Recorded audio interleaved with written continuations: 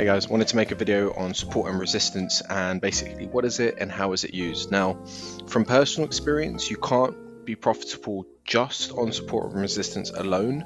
However, you can make money, but you just won't understand a lot of different variations of trends, price patterns, technical analysis, fundamentals, and loads of other things that do move the markets as well. So learning support and resistance is definitely a start for beginners, but you need to basically understand a lot more as well. So let's mark on points of support and resistance. So if we look at this area as support, and I don't think I have a word for support, so we could just mark it in here, support, and we'll put the support at the bottom. Oops, is that, yep, text, yep, that should be good. And then at the top we'll mark on resistance points. Now we won't bother coloring them, and we won't bother marking on support 1, 2, 3, 4. It's not so much relevant at this point. So what I'll do is I'll duplicate these and we'll mark on the most relevant resistance points. So it's a good task to do so that you can just basically get used to marking off points. I usually say if you're going to be doing this, start from a higher time frame and work your way lower. You might be wondering, am I just picking off random points? Well, in a sense, yes and no. They're not random, but they are just points of interest along the way. So would I keep all of these points on the charts? No, absolutely not. But essentially I'm just marking off certain points, but these are the most significant points that you want to be looking at, is just points where they hit a high and then they kind of dropped off and so forth. This would have been a support point here, and then the support was broken, so then a new support point was made, and then this support was broken and a new support point was made.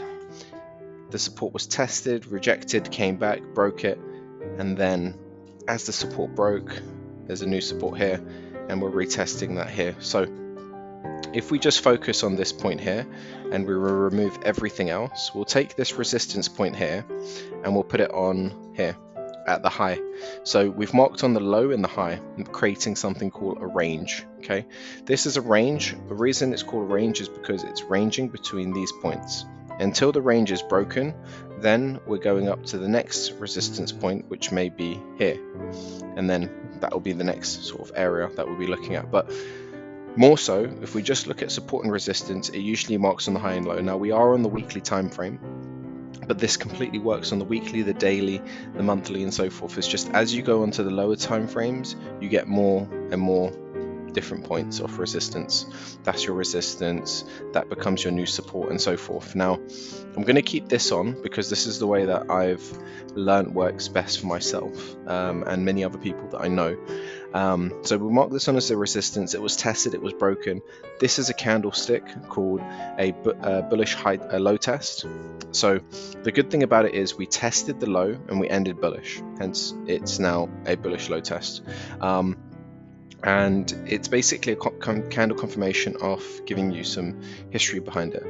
On that particular day, we came all the way down, tested the support and rejected, and we ended up higher than when price opened on the day, which says so much, right? So each candle paints its own level of history towards it.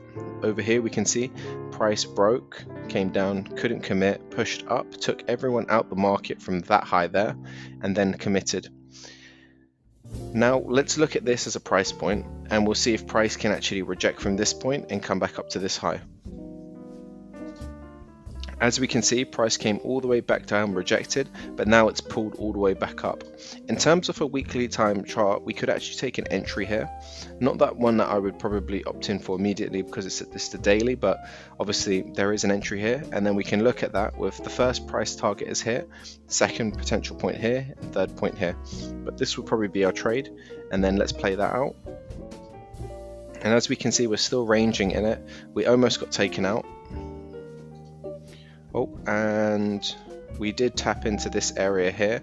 We found a bit of support. So price can tend to make support levels where if we look at it this way, and I'll just grab this one over here. This became a support level. So price corrected down, tapped into this and rejected, and it acted as a support. If we go to the lower time frame, we can actually see it a little bit more clear. How would you know that? Well, you wouldn't. You would be looking more so at this point here, and then you would see that price broke below it. We created that low test, and then we pushed up higher. You can see how these candlesticks are very significant and how they can play into a very good favor. As we saw here, this low test did commit, but then it pulled back down, and then we aggressively retraced. We actually created something on the weekly, most probably. I'm just going to switch over to that. And on the weekly, we can see that we actually retraced 50% of the candle, and we pulled back in above the support. So that as well worked as valid. The reason why we put our stop loss all the way down here was to protect ourselves, because if price did decline and carried on going, then we would have been taken out the trade. There was no point putting it in between here, because at that point there, you know, these wicks are always a possibility. It doesn't always happen, but it's a possibility, and we want to eliminate any risks. So going back to the daily, remember our price target is here, but in terms of protection, we can put our stop, our take profit, which will guarantee our profit now, over here, so that if the price does come and decline, we will still make some sort of profit. And as we can see, we were almost taken out there. We weren't taken out just yet. And yeah, behold, we were just taken out over here. So, you know, this is the daily. You'd be waiting days. You'd also be paying swaps and so forth. But overall, we made 1.8% on that from just trading support and resistance. But that wasn't support and resistance alone, as you noticed. There was candlesticks confirmations in there. There was also a variation of how price was moving, you know, and also generic experience. I wouldn't expect somebody to just come on the charts and draw these lines and get it straight away. Now, it is probable that this price can correct and come up here, but we did reject from here, so it can come down a little bit and then push up. But if we see a push back up, which we looks like we're seeing now, and then it will go and correct. There we go, profit target was hit, and then we can see that now we can potentially be looking for a short. Would we look for a short here? It's possible that we could still pull up higher, so I would say, you know, protect yourself a little bit more just in case. And in terms of management, I would say management you'd lock in around about just under 1% there. And we've hit our profit target there, so we would have eventually made around about 2.59%. But looking at the higher time frame, it's possible at this point here that we could be going lower, so I wouldn't be aggressive on my management, and I'll put my thing locking in around about let's say around about 2%, and then we'll go in lower. And yeah, we were taking out 2%, but nevertheless the trade was to take out 2.6. We just left 2% there because we wanted to see if price could commit any further, and it didn't.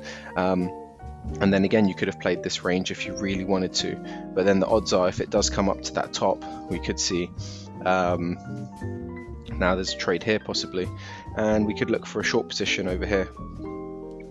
And remember, we're running a couple odd percent, and we'll just see how that plays out. And no, it just didn't play out, so it took a loss there, but overall we made a few percent. So just wanted to just show the power of support and resistance here, and how it can work in your favor. So that's basically support and resistance in a nutshell. Basically, we're just drawing on adding them on to just evolving them to their new levels, and then marking on the support level. So that would have been the resistance. We seem to have pushed through the resistance, and then we carried on going. If this continues going, we look at the next resistance point, which could be this point here, which looks like it's still pushing forward. And yep, we are still pushing. That was the resistance then. And then we look at that price point there, which, you know, once again isn't the most significant. We could push further, absolutely. And then this is the one that I would really be keeping an eye on here. And then if we get there, be looking for a short position. So we just wait patiently, and there we go. That would have been the short position there, and then we just in it. So in terms of resistance and support, you know, it's definitely worth learning how to trade it, because we took a trade in here. Let's say that you got into it here, you could have been into roughly around about that much, and yeah, you could have walked away with another 2%. Obviously, remember, we're trading the daily. You can take this methodology and trade it on the lower time frame. It just means that you have to be more on your A game.